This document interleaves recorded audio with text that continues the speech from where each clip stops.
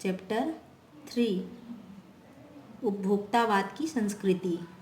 इसके लेखक श्यामाचरण दुबे जी हैं, जिनका जन्म मध्य प्रदेश के बुंदेलखंड क्षेत्र में हुआ था। नागपुर विश्वविद्यालय से मानव विज्ञान में पीएचडी की इन्होंने। मानव और संस्कृति, परंपरा और इतिहास बोध, संस्कृति तथा शिक्षा, समाज और भविष्य, भारतीय ग्राम, संक्रमण की पीड़ा, विकास का समाजशास्त्र, समय और संस्कृति आदि इनकी प्रमुख पुस्तकें हैं। इनकी भाषा सहज है और ये तार्किक विश्लेषण के साथ ये सहज भाषा में अपनी लेखन को प्रस्तुत करते हैं। उपभोक्तावाद की संस्कृति निबंध बाजार की गिरफ्त में आ रही समाज की वास्तविकता को प्रस्तुत करता है। उपभोक्तावाद की मीनिंग क्या है? जो हम कोई भी वस्तु को उपभोग करते हैं और किस तरह से हम उसका विज्ञापन देखते हैं और किस तरह से उस वस्तु को यूज करते हैं, इसी के बारे में ये बताया गया है। लेखक का मानना है कि हम विज्ञापन की चमक दमक के कारण वस्तुओं के पीछे भाग रहे हैं। हमारी निगाह गुणवत्ता पर नहीं है। ये हकीकत बात है कि हम टीवियों में, रेडियो में विज्ञापन देखते हैं, किसी वस्तु की एड देखते हैं और जैसे अट्रैक्टिव उसमें विज्ञापन प्रस्तुति होती है, उसी तरह से हम उस वस्तु की ओर भागने लगते हैं, अर्थात उस वस्तु को पाने की इच्छा करने लगते हैं और हम ये नहीं देखते कि वो वस्तु वाकई में गुणवत्ता उसकी, उस वस्तु की अच्छी है कि नहीं है। संपन्न और अभिजन वर्ग द्वारा प्रदर्शनपूर्ण जीवन शैली अपनाई जा रही है, जिसे सामान्य जन भी ललचाई निगाहों से देखते हैं। इसका मीनिंग है कि जो संपन्न वर्ग है समाज में, बड़े वर्ग के लोग हैं या जिनके पास बहुत ज़्यादा पैसा है, धन दौलत है, वो क्या करते हैं? प्रदर्शन पूर्ण शैली अपनाते हैं, अर्थात दिखावे को अपनाते हैं, दिखावा करते हैं, हर उपभोग की वस्तु को पाना चाहते हैं और लेते हैं। इन सबको देख के जो सामान्य जन हैं, मध्यम वर्गीय लोग हैं, उनकी निगाहें भी ललचाती हैं, वो भी उसे पाने का प्रयास करते हैं। यह सभ्यता के विकास की चिंताजनक बात है, जिसे उपभोक्तावाद ने परोसा है। लेखक की यह बात महत्वपूर्ण है कि जैसे जैसे यह दिखावे की संस्कृति फैलेगी, सामाजिक अशांति और विषमता भी बढ़ेगी।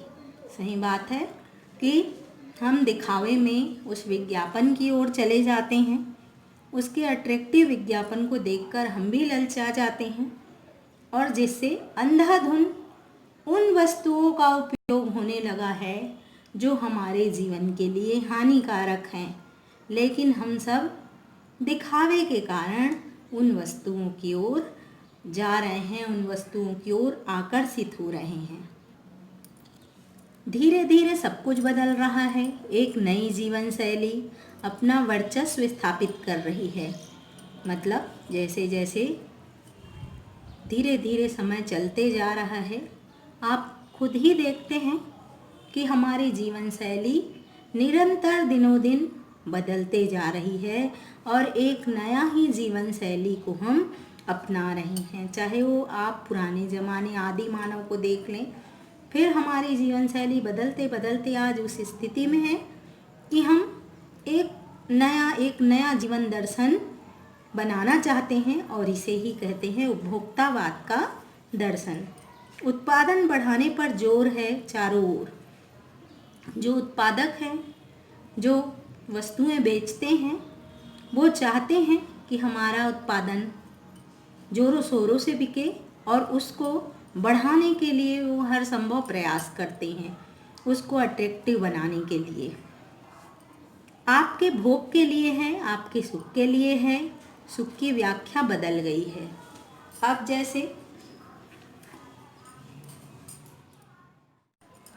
सुख की आज परिभाषा बदल गई है, व्याख्या ही बदल गई है।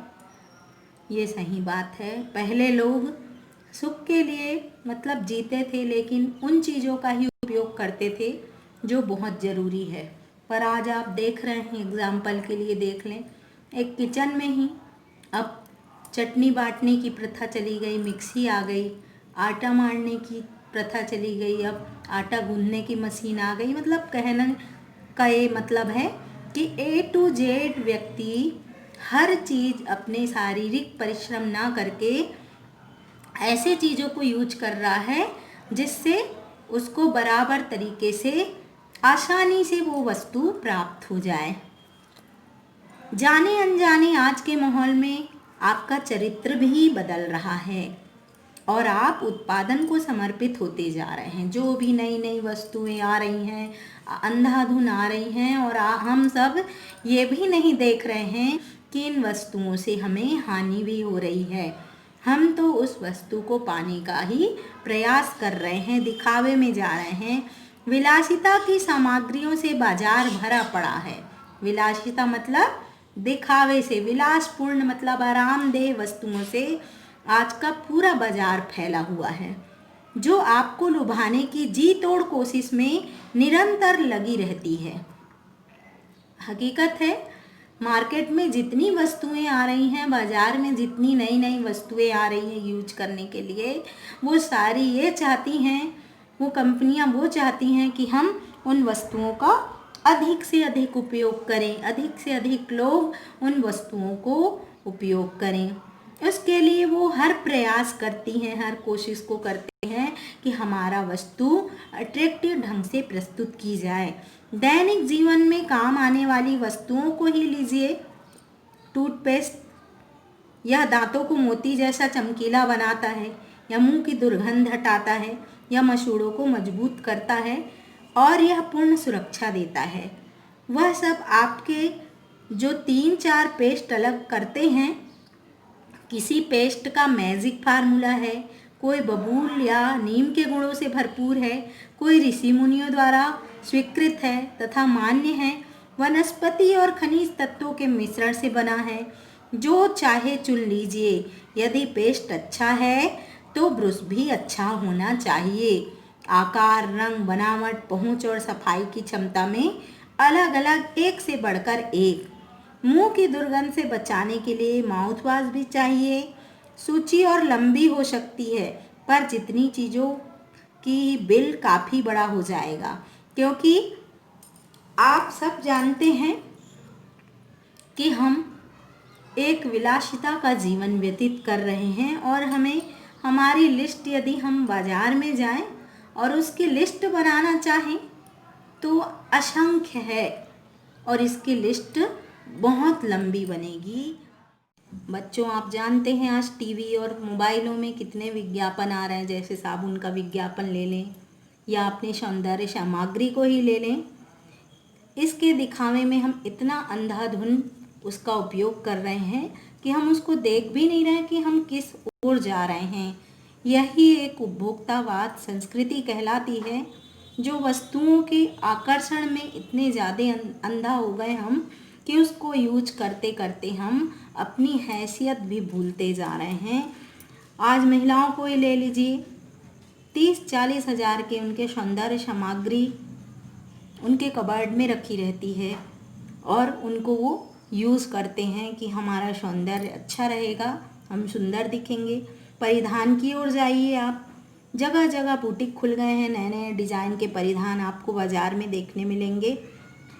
घड़ी को ही ले लीजिए, कल घड़ी समय बताने वाला एक समय यंत्र था, लेकिन आज घड़ी भी लाख लाख रुपए की बिक रही है, और लोग दिखावे में उस घड़ी को ले आए।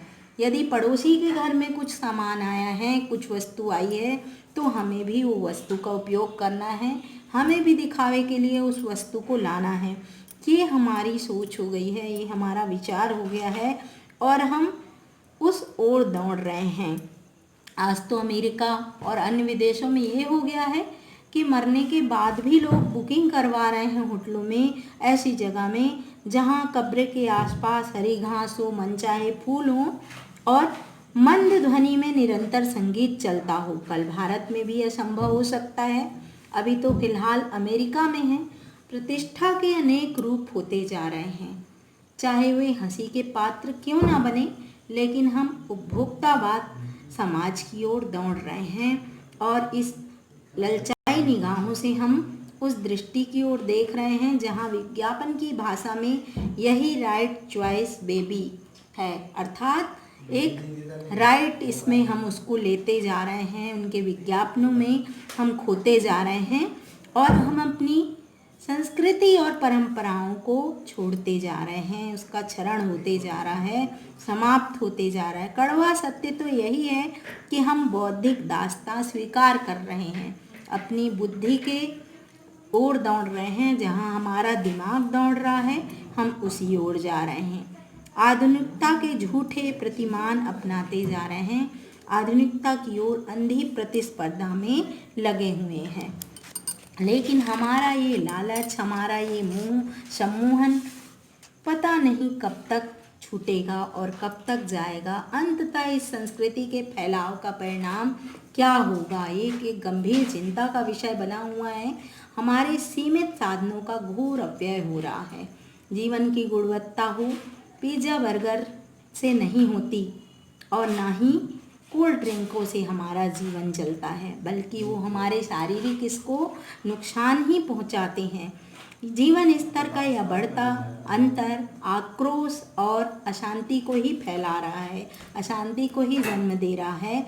इससे हमें दिखावे में हानि ही हो रही है और सामाजिक अशांति भी बढ़ती जा रही है। लोग अपनी ज़रूरतों को पूरा करने के लिए, अपनी ज़रूरतों को लोगों ने इतना बढ़ा लिया है कि उसके लिए सब कुछ करने को तैयार हैं, चाहे वो गलत हो चाहे वो सही हो, वो सब में तैयार हैं।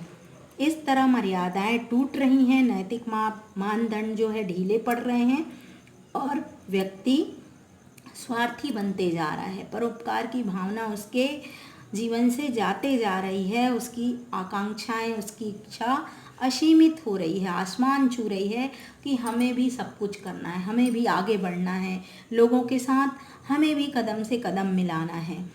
आज हमें इस चिंता के गंभीर विषय में चिंतन करना चाहिए और इसे सुधारने का प्रयास करना चाहिए कि इस उपभोक्तावाद की संस्कृति को कैसे सुधारा जाए।